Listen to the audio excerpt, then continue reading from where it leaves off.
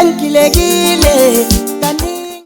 Sanibonani wengane zakwethu, ake nginibiyelele phinde futhi nginamukele kwi-channel ehamba phambili inkezo. Mina ngane zakwethu ke ngifeza ukuthi ungakhumalo ilasibona wagumede mhlabe uma ukuthi usemusha kuleli khasi sizophinde ngicela usubscribe, ungakhohlwa ukukhomenta nokulike kanjalo futhi nokushare okukhona okukhulu kunakho konke. Bafethu nizokhumbula udaba olutrendayo, udaba lensizwa ezine laphana ke ebekade zibambe imoto imali zasezitholwa ngamaphoyisa zaqothwa ngenhlamvu laphana ke silalwa ubehacu laphana. Ngikhumbula bafethu ukuthi udaba esike sabeka ngalo, udaba esike sathi ukukhuluma ngalo laphana. Kunenye insizwa ke ngane zakwethu ebhalile enkundleni yokuxhumana ku-Facebook izibiza ngosithembiso motivator Zondo, kodwa ke akuyena uZondo lo wangempela. Ngicabanga ke mangabe ezibiza ngoZondo uyipokoza lika Zondo laphana. Bafethu lensiza ifike yabhala incoma lezinsizwa okanye ikhala ukuthi lezi nsizwa zishonile kodwa beziyophanda. Lensizwa njengane zakwethu anginifundele ipost ebhalile ukuthi njengopastor angigqugquzeli ubugebengu, kodwa ke ngithi rest in peace bafowethu. Ngizulana nani ngenxa yokuthi aniseke emhlabeni, nishiya izingane nemindeni yena. Ngeke bafethu ngenixaka kakhulu ngomsebenzi wenu eniwufele ngoba vele ubugebengu kuphila ngawe eSouth Africa yonke indawo bukhona laphana. Ngisho ke amaphoyisa, izigebengu, yonke indawo, ngisho uhulumeni uyazidlela nje imali.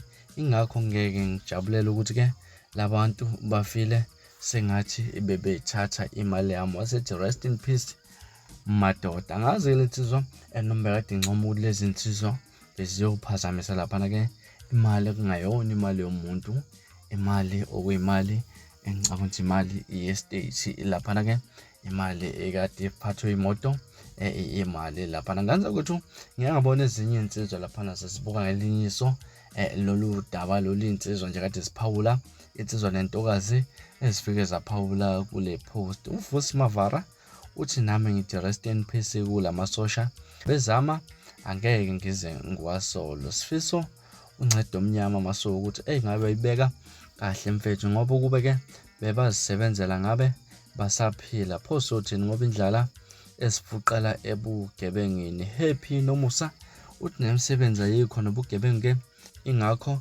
budlange ngalolu hlobo lona. Shiya kulenga mashelela kweceza uthi ke zalala izizwe amadoda nathi siyezwa amadoda. Yo mzakhe mchunu uthi uyindoda ngempela futhi uvuthiwe mfowethu. Le nkulumo yakho ke iyakha futhi iyakhombisa ukuthi ke usuka ekhaya elinjani laphana. Bafethu uphatha kwakhinyathi uthi izinsizwa ke lezi beziyozama ikholwa khumalo uthi wayibeka mfowethu, ngiyakuzwa mfoka mkhulu. Bafethu baphawule kanjalo abantu kule post ekade ifakwe lapha nenye insizwa okanye intokazi ezibhokoza lapha ezibiza ke ngosithembiso imotivator Zondo. Bafethu angazi ukuthi namhlanje kuthini kwakho ukuphawula nawe ulibheka ngaleliso elibhalele umuntu ukuthi lezi zinsizwa beziyozama, bezamela imindeni, bezamela abantwana bazo laphana, kodwa ke zaphetha ngokuthi ke zidutshulwe zishone laphana. Noma mhlawumbe ke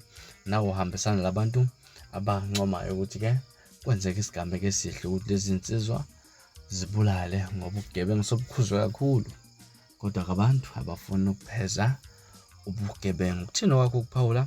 Asivele ehlanga comment section ungitshela ukuthi wena lithini lwakho uvo ngalolu daba. Ngaze kwethu ke ngila sponsor ngipho njena, asibe sihlangana ku-video elandelayo ngesikhathi esilandelayo. Ungakhohlwa ungilandela Facebook @radio inkezo. Nibe nosuku olumnandi.